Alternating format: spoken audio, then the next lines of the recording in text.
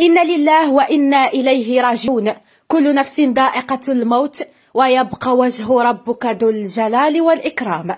الموت تفجع قبل قليل عائلة أمرابط، اللاعب المغربي نجم المنتخب. قبل قليل من الآن وردنا خبر لن يعجب المغاربة، إن لله وإنا إليه راجعون. لكن قبل الخوض في هذه التفاصيل الإخبارية التي وردتنا للتو المحزنة والمؤسفة، أولا لا تنسوا الاشتراك في القناة لتتواصلوا بآخر الأخبار المغربية فور علمنا بها، وشكرا جزيلا لكم. قبل قليل من الآن وردتنا أخبار مفجعة، فعائلة النجم أمرابط تعيش الآن أسوأ أيام في حياتها. حالة من الحزن تسود عائلة أمرابط، وهذه هي تفاصيل هذا الخبر الجديد. فحزن كبير الآن بمنزل عائلة الأخوين سفيان ونور الدين أمرابط، حيث وردتنا من مصادر جد موثوقة، مصادر إعلامية أوردت أن نجم المنتخب الوطني المغربي سفيان أمرابط فارق الحياة وغادر إلى دار البقية.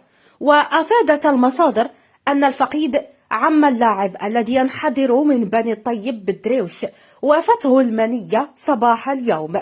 وذكرت المصادر ذاتها أن عم لاعب المنتخب الوطني الراحل كان يقيم قيد حياته بالديار الألمانية.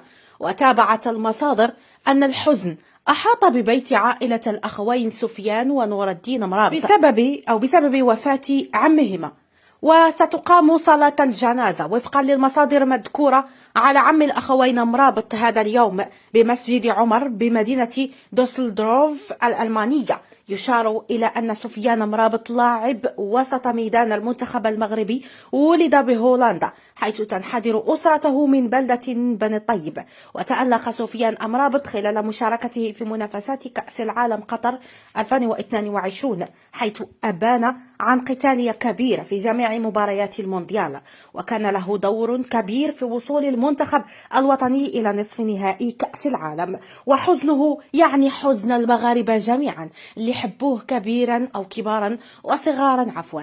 إلى هنا ينتهي هذا الفيديو الإخباري، وما تنسوش كل نفس ذائقة الموت ويبقى وجه ربك ذو الجلال والإكرام.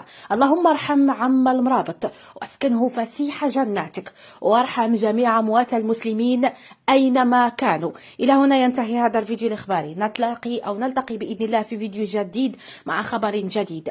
نلقاكم بأتم الصحة والعافية وطول العمر. شكرا على حسن المتابعة، إلى اللقاء والسلام عليكم ورحمة الله تعالى وبركاته. إلى اللقاء.